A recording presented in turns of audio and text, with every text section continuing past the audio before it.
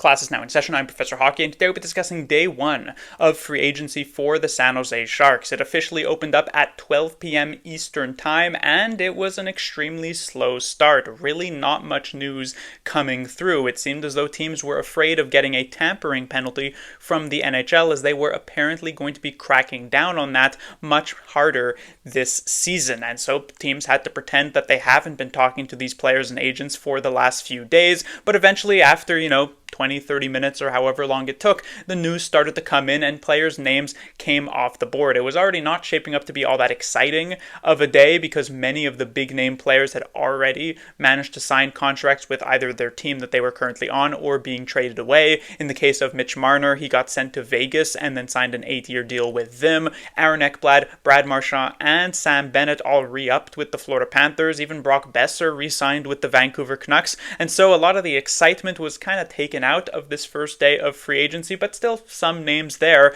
But the one team that was extremely quiet for these first few hours was actually the team that had the most amount of cap space coming into today, that being the San Jose Sharks. For these first 4 hours, the Sharks did absolutely zero free agent signings. I had even made the joke that perhaps Mike Grier believed that free agency opened up at 12 p.m. Pacific time, and he just ended up being 3 hours late to the party, as nothing really got done except one move. This was unrelated to free agency, but the Sharks did manage to reach an extension with Sharks forward William Eklund. 3-year deal, $5.6 million per season. This will not kick in going into this next season because he still has a year remaining on his ELC. This was an extension that got done on the very first day of that actual window of availability opening up, which does show a commitment from both team and player that they want to make this work out. Now, looking at this contract that he got, I know there was some disappointment. Many people would have rather see Eklund sign more so long term, 7 or perhaps even the full 8 years, give him something like 7.5, maybe even the $8 million to try and get him locked down for an extended period of time. But we do have to point out that this is a two-way street. Even if we can assume that the Sharks would have liked to go long-term, that's not a guarantee. Maybe Mike Grier was a little bit hesitant, but even if we do believe he wanted to, it certainly makes some sense that Eklund would rather sign this type of bridge deal. As we know, over the next few seasons, the salary cap will be going up substantially, and so it was theorized that perhaps certain players, or many players, would look to take shorter-term deals so that they could actually maximize their earnings when there is a lot more money to go around in just 2 to 3 years' time. Now, it still ended up being the case that many players took these long-term contracts. I know people considered maybe Marner would sign 3 to 4 years. He went the full 8 years with Vegas, but perhaps Eklund decided to go in this direction himself. 3 years at 5.6 is still decent money, and then if he performs substantially better over these next few years, and that is certainly possible considering hopefully the Sharks will be substantially better over the next few years, and a rising tide does raise all ships. And when there's $20 to $25 million extra to go around just due to that higher salary cap, maybe instead of making $8 million, he could sign a $9 or $9.5 million contract. Who knows? The good news here for the Sharks, and why this isn't really all that bad of a deal in the end, is that after this contract expires, William Eklund will still be a restricted free agent. This is not a deal that walks him straight to free agency where he will then have the opportunity of signing with whichever team. The Sharks will still retain his rights at the end of this contract, which is, I imagine, the reason for why Mike Grier was okay with this in the first place. And so even if worst comes to worst, the Sharks do end up having to give Eklund slightly more money at that time than what they would have had to give him for a long-term deal right now. At the very least, they will maintain his rights. They will be able to get that first opportunity of signing him. So all in all, I think this is an extension that, I would have liked to see it go more long-term, but isn't too bad for San Jose. After those first 4 hours of absolutely nothing getting done, there were already a ton of players now no longer available. On the defensive side of things, Nick Perbix was a potential right-handed defensive target for the San Jose Sharks, but he got a 2-year deal with the Nashville Predators at $2.75 million. And this was a very good reminder that like in the case of negotiations with William Eklund, that negotiations with potential free agents is a two-way street as well. It is not just a situation where the Sharks want a player and then can easily sign him. That player also needs to want to sign with the Sharks. And as Mike Grier himself said in his presser at the end of this free agency day, it is a situation where a lot of players want to win, and they want to win right now. And as much as you can say that the Sharks are in the right direction and they are trending upwards, it is not going to be the case that this is a team competing for the Stanley Cup this next season or even the season after that. And so in the case of Nick Perbix signing a 2-year deal, if he's deciding between the San Jose Sharks, where those 2 years will probably be misses of the postseason, maybe the second year they could have snuck in, or the Nashville Predators, who admittedly they did also miss the playoffs this past season and in fact finished right near the bottom of the standings just like the Sharks did. But I would guess looking at that Predators roster, you might have a little bit more faith in them to be able to actually rebound from that terrible performance when you see players like Stamkos and Marchessault and O'Reilly and Yossi and Saros all on that roster. You could maybe think that can kind of turn things around a little bit faster than what the Sharks can. And so even though I imagine San Jose would have been willing to offer, $3 million for 2 years, $3.5 million for 2 years, maybe even a little bit more than that, you can't really force a guy to sign here and can't necessarily blame him for looking elsewhere. Another player who the Sharks were very interested in, who got taken off the board, was goaltender Jake Allen. And this was a surprise to everybody because it seemed as though he was the best goaltender available, that there would be multiple teams involved. The Edmonton Oilers are definitely looking for some goaltending help after they were kind of sunk by that in this past season in the Stanley Cup Finals. And yet he re-upped with the New Jersey Devils, the team he was on last season, at 5 years for $1.8 million. I had theorized the Sharks could give him up to $5 million per season, at least for a couple of years, but this was a pretty clear indication that, again, he would have rather stay with New Jersey. That's where he wants to finish his career, and you cannot force a player to sign in San Jose, and that was, as I said, a very clear lesson of the day. But finally, after 4 hours, the Sharks, the first domino did fall. They actually managed to get somebody here to San Jose, and that was Philip Kurashev, signing a 1-year deal at $1.2 million. Not exactly the most exciting player, but definitely a decent buy low opportunity. There's really not much risk involved here at all, and there is the possibility that it pays off rather well. Kurashev this past season was on the Chicago Blackhawks, and he was actually quite bad with them. He was a healthy scratch on a pretty consistent basis. That's not the most promising situation. However, the year before that, so 2 years ago, when Chicago was an even worse team, and in fact the lowest scoring team in the NHL, Kurashev put up over 50 points. Now, there are two potential reasons for that. One, he did get to play with Connor Bedard for the majority of that season. That certainly helps out. And two, it kind of goes by the idea that somebody has to be doing the scoring on that team, and Kurashev may have just ended up being that guy on a decent, consistent basis, because this season it was not looking nearly as good, while the Chicago Blackhawks had improved at least somewhat roster-wise. So there might not be a ton of hope that Kurashev could actually find that game again, but he's still pretty young. There is a chance that things can work out here, and again,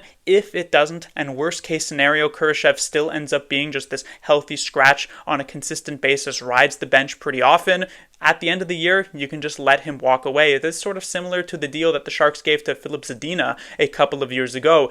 Take a shot on a player who has showcased some offensive ability in the past. If it works out, cool, you manage to find someone on a cheap deal, and if it doesn't work out, well, you let them walk at the end of next season. No harm, no foul. Now, I will say, as I mentioned, the chances of Kurashev actually working out going into the next season is probably not all that high, and I imagine Kurashev will probably end up falling somewhere into where Nikolai Kovalenko was this past season, where this is a player whose effort level isn't super consistent. That was a major problem for him this past season, and as such, if the offense isn't flowing on a consistent basis for this player, it is likely that Warsofsky will look at his options and see Dellandrea, and he'll see Grundstrom, and then he'll see Kurashev, and he'll likely decide to have Dellandrea and or Grundstrom play in the lineup above him, and so it is very possible that Kurashev will be a healthy scratch rather often. I would lean more so towards that, but again, there isn't actually much risk involved here, and this 1 year, $1.2 million contract is an alright, as I said, buy low opportunity, the type of 5-on-10, 6-on-10 type of deal that maybe pays dividends for the Sharks. The next contract, definitely a bigger one, was bringing in John Klingberg, the only defensive help that the Sharks were able to add today, but at the very least he does play the right side, a 1-year deal at $4 million. Now, Klingberg a few years ago was actually one of the more prolific offensive defensemen in the NHL, but there were some contract situations that occurred where he ended up having to sign like a 1-year deal, I believe it was with the Anaheim Ducks, and that ended up tanking his career substantially. Then he has dealt with injuries on a pretty significant basis over these last 2 seasons, but he did manage to have a little bit of a resurgence this season with the Edmonton Oilers. He didn't play a ton of games for them in the regular season, but he did play a good amount for them in the playoffs, and he helped the Oilers actually get all the way to the Stanley Cup Finals. While the Oilers' defense faltered quite a bit against the Florida Panthers in that final matchup, they did do a great job of shutting down the Kings and the Golden Knights and the Dallas Stars in the first 3 rounds, and Klingberg was at the very least a decent part of that. And so that can give some hope that perhaps he could carry that type of performance into this next season with the Sharks. Offensively, you're hoping for, 30 to 40 points. Maybe he can run that first power play unit depending on the situation that the Sharks put him in, and you're hoping that he's not going to be as much of a liability as he has been in the past. But like with Kurashev, it's another low-risk type of deal. 1 year, if it doesn't work out, you can just let him walk at the end of the season. And unlike the Kurashev deal, where it's hard to imagine he's going to have a ton of value, there is also the possibility of a trade deadline flip here. As I mentioned, he played rather well for the Oilers in the playoffs last season. Teams will have paid attention to that, and so if he is made available at the deadline in this upcoming season, if he is doing well with the Sharks on the year as well, he could be an interesting acquisition that the Sharks could get like a 3rd round pick for at that time while retaining some salary on the deal. So again, buy low, decent, not much risk, decent upside to this contract. It can help out the right side defense for the Sharks. Whether he ends up being a top pairing guy or has to get buried on like the 2nd or even 3rd pairing, that remains to be seen. Just how poor is he going to be on the defensive side of things? But it is a deal that I do think is perfectly fine here for the Sharks. Next, we have Adam Gaudette, 2 years at $2 million for the former Ottawa Senators. Unlike Kurashev and Klingberg, who are definitely much greater gambles, who have decent upside to their game, but also could end up just being a complete bust, Gaudette is definitely someone who is a lot more steady and a lot more solid. You know what you're getting out of this player, which is basically like a pretty good 4th liner with the potential of being a 3rd liner as well. He did manage to pot 19 goals this past season with the Ottawa Senators, but at the same time his shooting percentage was quite high at about 20-ish%, and it is very unlikely he will be able to replicate that. And on top of it, he also spent his most common trio of players that he was on a line with this season was himself with Claude Giroux and Tim Stützle, and then his 3rd most common line mate was him with Stützle and Brady Tkachuk. These are the type of line mates that he probably won't end up getting with the Sharks this season. Now, to be fair, it is certainly possible that he does. Remember that last season, Barclay Goodrow spent an okay amount of time playing on the Sharks' 1st and 2nd line, so you certainly cannot exclude the possibility that Gaudette could end up doing something similar and get some games there with Celebrini or Will Smith. But if that doesn't happen, he'll likely be more of a bottom 6 guy, and you're probably looking in the realm of like 8 to 10 goals, maybe somewhere along the lines of what Luke Cunnin brought, but hopefully he will be more defensively responsible than Luke Cunnin, and worst case scenario, he will be a slight upgrade over players like Carl Grundstrom and Ty Dellandrea. However, when I say an upgrade, I am hoping that when he gets into the lineup, it is not just joining those 2 players, but actually replacing them. One of the major problems, there were many this past season, but one of those problems was that the Sharks' bottom 6 inspired absolutely zero confidence. The depth scoring simply was not there. I remember looking near the end of the season for the Sharks at the 6 players they had in their bottom 6, and despite multiple hundreds of games between them, on the year, they had a grand total of like 15 goals, an exceptionally low number. That needs to improve. At least one of the things that needs to improve going into next season. Gaudette does go a long way towards doing that, but if he is just added to a group that already features Dellandrea and Goodrow and Grundstrom, who are basically allergic to putting the puck in the net, you're probably not going to be moving the needle all that much. So this is the type of move that does need to be supported by other young and more talented players coming into that bottom six. Replace guys like Grundstrom and Dellandrea, and then you'll be looking at least a little bit better off. The final move of the day was not a free agent signing at all, but instead a trade. As we knew, probably the biggest priority for the San Jose Sharks. You could talk about improving the defense, you could talk about adding some forwards here, but one thing that they absolutely needed 100% was another goaltender. Right now, the only two real goaltenders in the system, outside of obviously some rookie prospects who have no chance of making the NHL this upcoming season, are basically Gabe Carrier and of course Yaroslav Askarov, because Georgiev left and the Sharks decided to not re-sign Georgi Romanov, or at least didn't give him a qualifying offer. So you basically needed to make a move here. The priority target was Jake Allen, but like I said, he re-signed with the New Jersey Devils, and while the Sharks were having their slow start to the day, other players like Dan Vladar and David Rittich were taken off the board, and so the Sharks had to explore the trade route instead. You don't get to get the player for free, where you just give them the money to come play for you, but that does also mean that you kind of have to give these players no choice. As long as they don't have any trade protections, you can get whoever they want. And so they end up with Pittsburgh Penguins goaltender Nedeljkovic. This is a player who has played a decent amount of games over these last couple of seasons in the NHL. 35 to 40 games, I will say, with Pittsburgh. He hasn't been the greatest, but if you take a look at his expected goals this past season, he was pretty much smack dab average, hovering around that 0 expected goals. That doesn't inspire a ton of confidence, but at least he's not Alexander Georgiev levels of bad, so that's an improvement, that's a positive. And as we know, going into this next season, the Sharks would have wanted to add a goaltender who can not only play 30 or so games like Nedeljkovic has these past 2 seasons, but if Askarov were to falter, could maybe even jump up and play 40, 45, maybe even 50 games, depending on the situation. Nedeljkovic has done this as well. If you go back a few years, the 21-22 season, he was the starting goaltender for the Detroit Red Wings. He played a grand total of 59 games that season. It wasn't a very impressive 59 games. His expected goals that year were a good bit lower and a good bit below 0,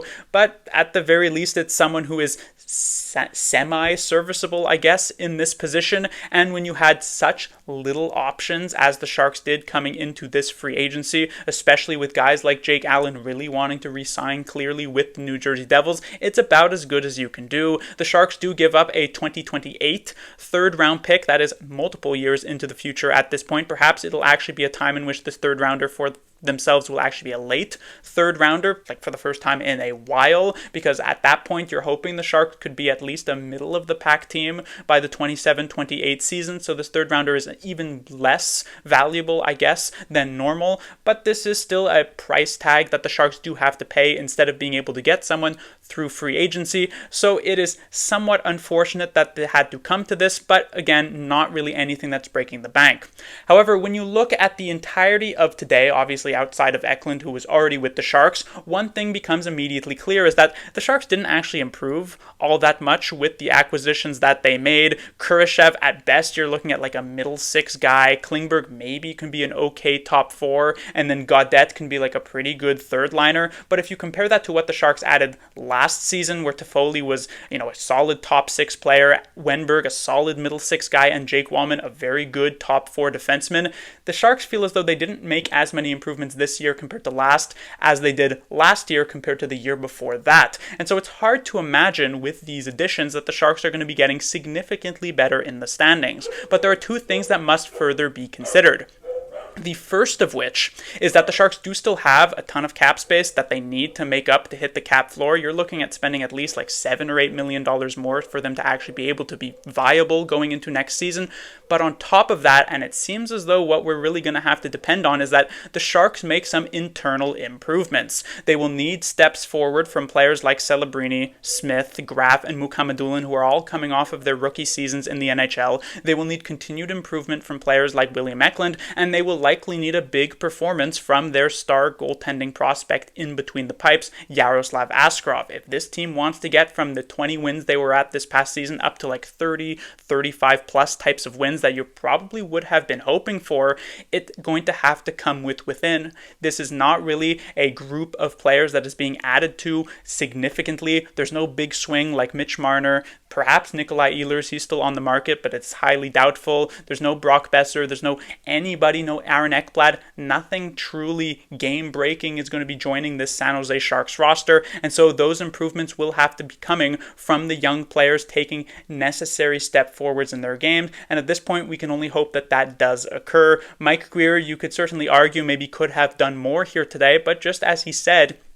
in his end-of-day presser, that sometimes you go after certain players and they decide to sign elsewhere and you're just sort of left with nothing doing for yourselves. One player that I should mention right here at the end is Mikael Granlund, who actually ended up signing a 3-year, $7 million contract with the Anaheim Ducks, so does remain in the state of California, but not with the Sharks, where many fans did want to see him. It does seem as though the Sharks pursued Granlund, but perhaps felt as though the 3-year, $7 million contract that he did get was a little bit too expensive for themselves. I probably would have gone for it simply because the Sharks do need to hit the cap floor, and that would basically be the final piece of the puzzle to be able to do so. And 3 years isn't really all that backbreaking, as it does sync up with Tyler Toffoli's contract, which also would end in 3 years. It doesn't end up being the case here for Mike Grier, so there are definitely arguments that he could have done more in that style of area, but there are other times where you're just looking at players kind of slip through the cracks here and say maybe they just didn't want to come to San Jose. But all in all, a day one that at least is headlined by that William Eklund extension. Otherwise, these players, hopefully they can move the needle somewhat, but you're likely looking more so at the young talent that is already with the Sharks as being the true difference makers. Class dismissed.